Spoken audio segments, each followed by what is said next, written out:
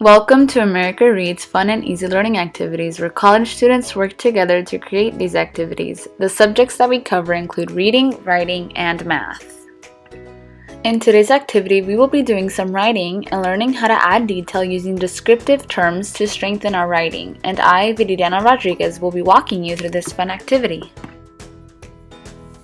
Since in today's activity we are working on describing things and using details in our writing to strengthen our writing, I have a whole bunch of words that you could use to describe random things.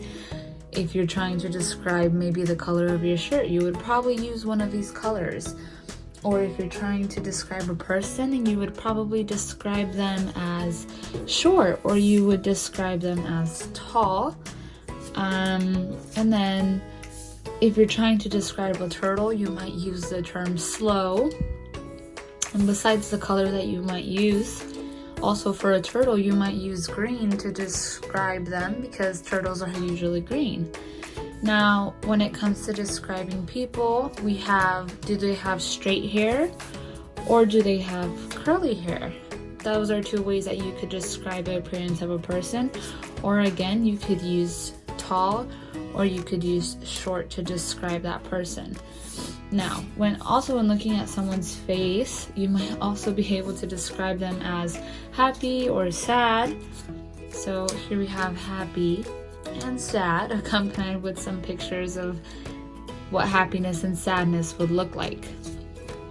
So now here for our first example, I have a tree. For the tree, you might use colors to describe it at first, but then later on you could use terms like, is the tree short or is the tree tall? And even though we could use tall and short to describe people, we can also use tall and short to describe things.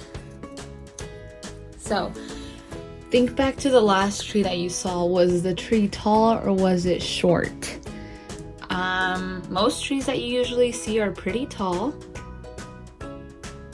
So I would use tall to describe a tree.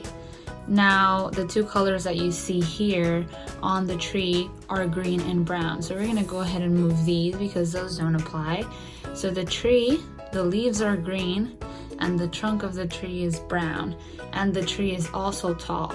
Now, we have to pay lots of attention to anything else that you see in the picture because again, we want to pay attention to the details and we want to add as much details as possible to make our writing really, really strong. So, something else that I see in the tree, or not on the tree, but in the picture, is a sun. So, think back to the sun. We see the sun every day. The sun is almost always out. So I would describe the sun as big, and I would also describe it as yellow because the sun is yellow.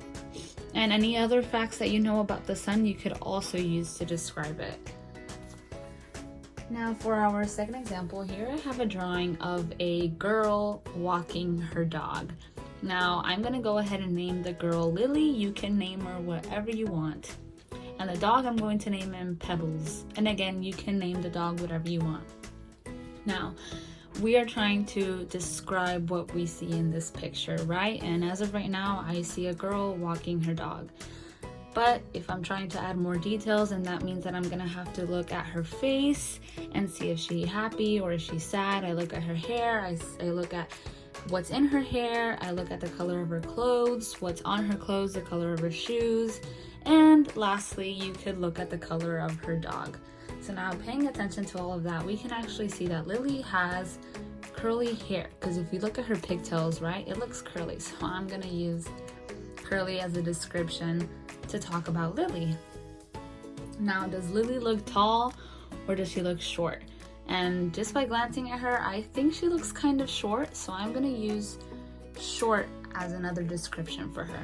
Now, looking at the colors that are in the picture, her dress is green, so I'm gonna use green to describe the clothes that she's wearing. And if we look at her shoes are a little darker, and if you can see, they're actually blue. So I use blue to describe her shoes. And also, if you pay really close attention to her dress, we can see that she has a waistband that's also blue. So, a blue waistband and blue shoes. Now, looking at Pebbles, the dog, we can see that he is brown. So I'm actually gonna put these off to the side because we already know those. And I'm gonna put down brown because Pebbles is brown. And now looking at Lily's facial expressions. Does she look happy or does she look sad? And if we can see, she's actually smiling. So that looks pretty happy to me. So I'm gonna use happy as a description for Lily because she's smiling. Now for our next example, we have a tortoise here, and we have to find words to describe this tortoise in our writing, because again, the goal is to use descriptions and use details in our writing in order to strengthen our writing.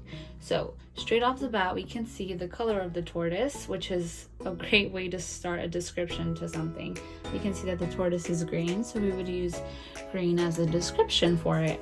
Also, if you've seen tortoises before, some can be really, really small and some can be really big. So we're not going to go ahead and use that one just because we don't necessarily know. We can see though that the tortoise's nails are brown. So we're going to go ahead and use that as a description also. And last description that I'm going to use for this is how fast are turtles? Turtles are known to be really, really slow, so I'm also going to use that as one of the descriptions to a tortoise. And now last one, looking at the tortoise, do you think the tortoise is happy or is it sad? And that to me looks like a smile, so I'm going to put down happy as a description for this specific tortoise. Thank you for joining me on this fun activity. Be sure to like and subscribe to America Reads YouTube channel for more lessons just like this one. See you in our next video.